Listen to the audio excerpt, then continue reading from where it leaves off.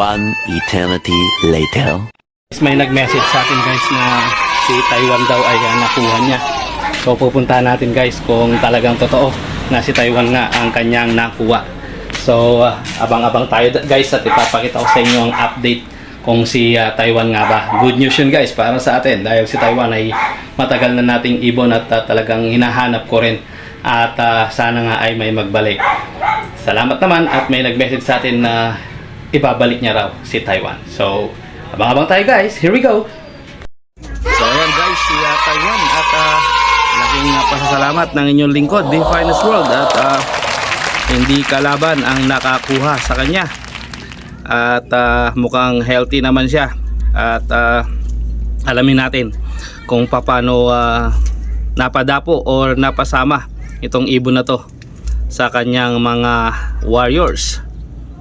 Ito nga pala ang ating kaibigan at kalapatids na siyang nakahuli kay Taiwan na ating breeder ngayon. Ito yung ibon na uli ko.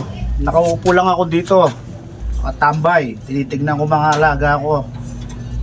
Naninigarliw ako. Tapos may biglang dumapo.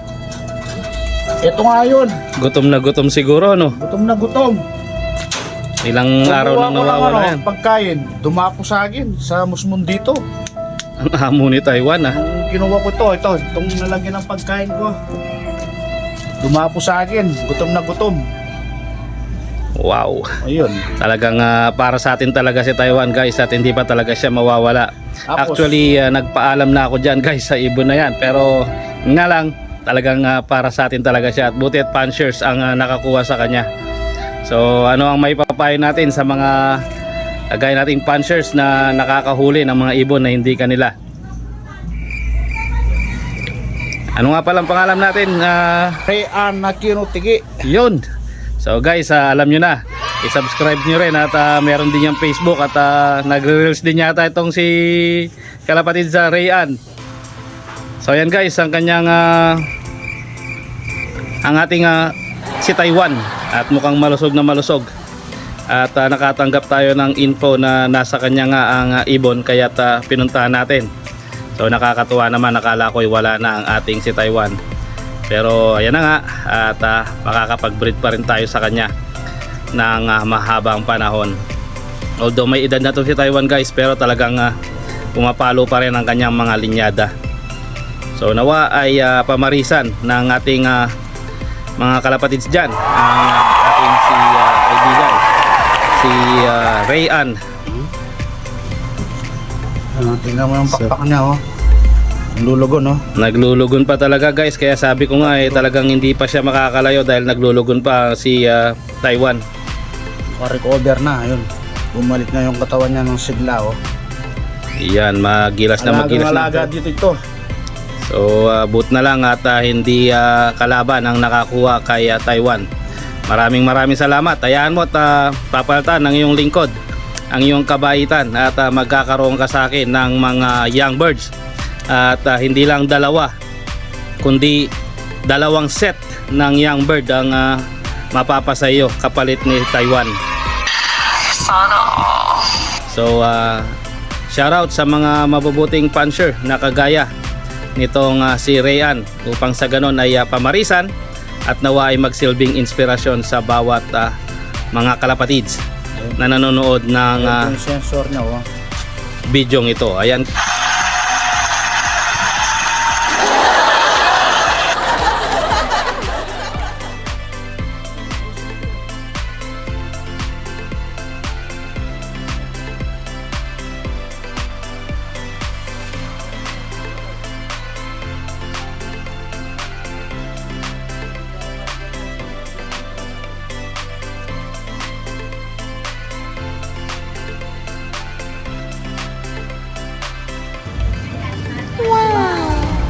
Kagagandang mga ibon guys, talagang materials fuertes, ika nga.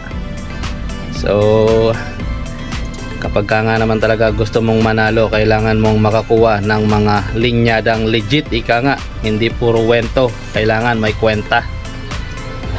So i-share ko last ng race ko 2021, tapos tumigil ako. Ngayon lang ako bumalik ulit Saan ang narating ng ibon na yan, sir? Santa Ana, Cagayan po. Wow, Santa Ana, Cagayan. Saan ka nga naman, ano? Kay Paulman. Talagang Empty po yan, empty. Legit. Kay Paulman Mercado po. MTRPC. So, kalinyada rin at kalaruan din ang ating ibon na dumulo ng pagudpod. So, ayan. At yun nga lang, umuwi yun. Wakwak talaga ang kanyang katawan. So, ayan ang ibon na napakalupit. Santa Ana finisher yan, guys. Kagagandang mga ibon, guys. At talagang quality ka nga. At alam na alam mo na may mga breed kapag ganitong magkakahiwalay sa kanilang mga breeder cage. So nawa ay maging inspirasyon ng bawat video ng ating ginagawa sa ating mga kalapatids out there.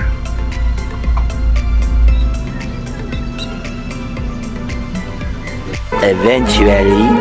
At naibalik na sa atin ang ating Taiwan. Maraming salamat at talagang napakasaya ng inyong lingkod sapagkat hawak na ulit natin ang ating si Taiwan at hindi na natin ito muling pakakawalan pa. Pero although alam naman natin na hindi talaga para sa atin ang lahat ng mga ibon kapag lumabas na ng kulungan. So napakapalad lamang kapag tayo ay magaling mag-alaga. Kaya't nangangailangan ito ng tamang pag-aaruga at nutrisyon para sa kanilang pagbibreed ka nga. So guys, syempre tayo ay nangangarap din na magkaroon ng mga magandang ibon. Kaya tayo ay nakakabili at nakaka-acquire ng mga ganitong lahi.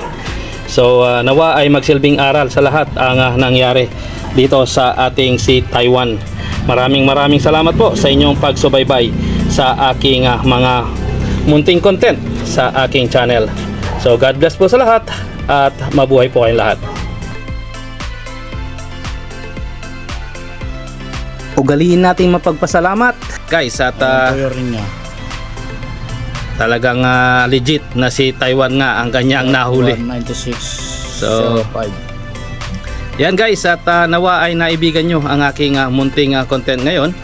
At always choose to be happy and be courteous to others. And let the Lord God Almighty be the center of our lives. Bye for now and God bless.